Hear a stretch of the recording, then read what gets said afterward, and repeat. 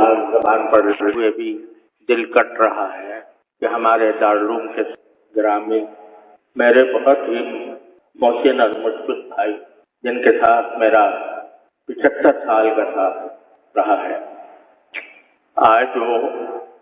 اللہ تبارک و تعالیٰ نے ان کے وقت موعود پر انہیں اپنے پاس بلا لیا۔ اس صدمے کے اظہار کے لیے میرے پاس کوئی ذخیرہ نہیں ہے۔ ہم سب کے لیے ایک بہت بڑا صدمہ ہے، ایک عظیم سایہ ہمارے سر سے اٹھا ہے۔ آپ حضرات جانتے ہیں کہ تقریباً 2 سال سے حضرت صاحب فراج تھے، لیکن اسی دوران الحمدللہ وہ باتیں بھی کرتے تھے اور مجموعی اعتبار سے کمزوری کے سوا کوئی بڑا مرض نہیں تھا۔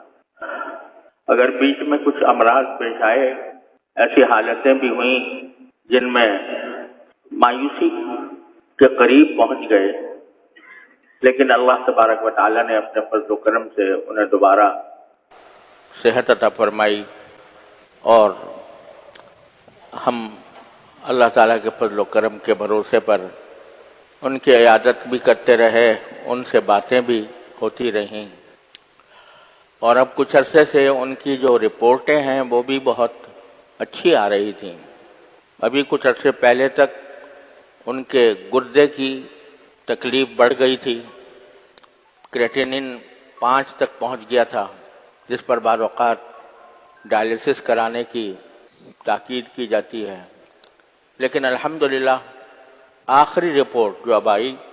وہ 100% نارمل تھی، اور 1.3 ان کی کریٹینن کی رپورٹ آئی، اور بھی رپورٹیں سب اچھی آ رہی تھیں، اور آج انہوں نے باتیں بھی کی، اور مغرب کے بعد پانی بھی مانگا، پانی بھی پیا، اور تمام حالات تقریباً نارمل جیسے تھے۔ صرف اتنی بات ہے کہ کمزوری بے انتہا تھی، جس کی وجہ سے غذا ان کو ناک سے دی جا رہی تھی۔ لیکن اچانک میں عشاء کی نماز کی اذان کے بعد نماز کی تیاری کر رہا تھا کہ اتنے میں مجھے وہاں جو ان کے پاس ان کی تیمارداری کے لیے ماشاءاللہ دن رات اپنے ساتھی لگے ہوئے تھے، ان کی طرف سے پیغام آیا کہ طبیعت بگڑ رہی ہے۔ جا کر میں نے دیکھا تو ان کے سانس کی رفتار، جسے سیچوریشن کہتے ہیں، وہ بہت گر گئی تھی۔ آکسیجن لگائی گئی، پوری آکسیجن لگائی گئی، لیکن وہ کسی طرح قابو میں نہیں آ رہی تھی، اور غالب گمان یہ ہے کہ صرف 1 منٹ کا فرق تھا کہ 1 منٹ کے اندر سانس کی رفتار 0 تک پہنچ گئی، اور بظاہر ایسا لگتا ہے کہ شاید دل کا حملہ ہوا، اور اس کے نتیجے میں سانس کی رفتار بھی نیچے چلی گئی۔ تھوڑی دیر تک جو تدبیریں ڈاکٹروں نے بتائی تھیں، ٹیلی فون پر ان سے رابطہ بھی تھا اور آ بھی رہے تھے، اس کے مطابق تدبیریں بھی کی جاتی رہیں، لیکن جب وقت اللہ تعالیٰ کا مقرر کیا ہوا آ جاتا ہے تو کوئی تدبیر انسان کی کام نہیں کرتی۔ ایسا لگا کہ وہ ہم نے جو محسوس کیا کہ جو علامتیں مانیٹر پر آ رہی تھیں، ان کے لحاظ سے ان کا بلڈ پریشر بھی گر گیا تھا، اور سیچوریشن بھی گر کر 0 تک پہنچ گئی تھی۔ لیکن یہ امید بھی تھی، اللہ تعالیٰ سے آس بھی لگائی ہوئی تھی کہ جو ان کے معالج ہیں وہ پہنچنے والے تھے، وہ آ کر ہو سکتا ہے کوئی، انہوں نے ٹیلی فون پر جو تدبیریں بتائی تھیں وہ بھی الحمدللہ کی گئیں، لیکن جب وہ آئے اور آ کر دیکھا تو انہوں نے ہمیں یہ خبر دی کہ اب اللہ تعالیٰ نے ان کو اپنے پاس بلایا۔ انا للہ و انا الیہ راجعون، انا للہ و انا الیہ راجعون، انا للہ و انا الیہ راجعون۔ ایک بندے کے پاس اس کے سوا کوئی راستہ نہیں ہے کہ اللہ جل جلالہ کے فیصلے پر راضی رہے۔ دل میں صدمے کے طوفان بھی ہو، رونا بھی آ رہا ہو، دل بھی بے چین ہو، لیکن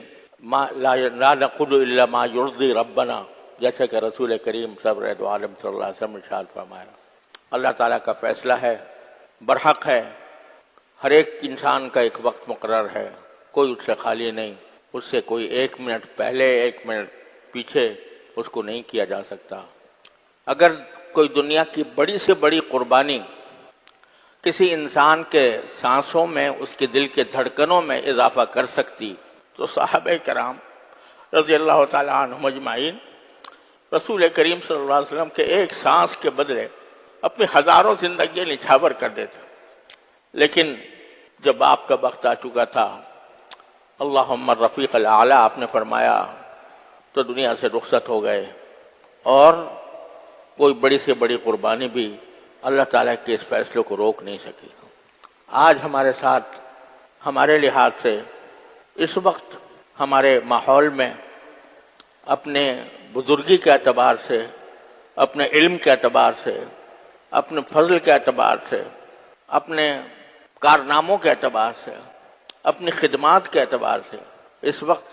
ان سے بڑی شخصیت مجھے کوئی اور نظر نہیں آتی۔ لیکن ہر بڑی شخصیت ایک وقت اس کو جانا ہوتا ہے۔ اللہ تعالیٰ نے الحمدللہ ان کو اس حالت میں اپنے پاس بلایا کہ ان کی الحمدللہ ان کے فیوض، ان کے شاگرد، ان کے علوم، ان کی کتابیں، ان کی تصانیف، ان کے فتاویٰ الحمدللہ ساری دنیا میں فیض پھیلا رہے ہیں۔ اس لیے جو ہرگز نمی داں کہ دل زندہ شد بعشق، جس کو دل عشق سے، عشق الہی سے معمور ہو، وہ مرتا نہیں ہے۔ اللہ تبارک و تعالیٰ اس کے فیوض کو باقی اور قائم و دائم رکھتے ہیں۔ ہم سب کے لیے اس وقت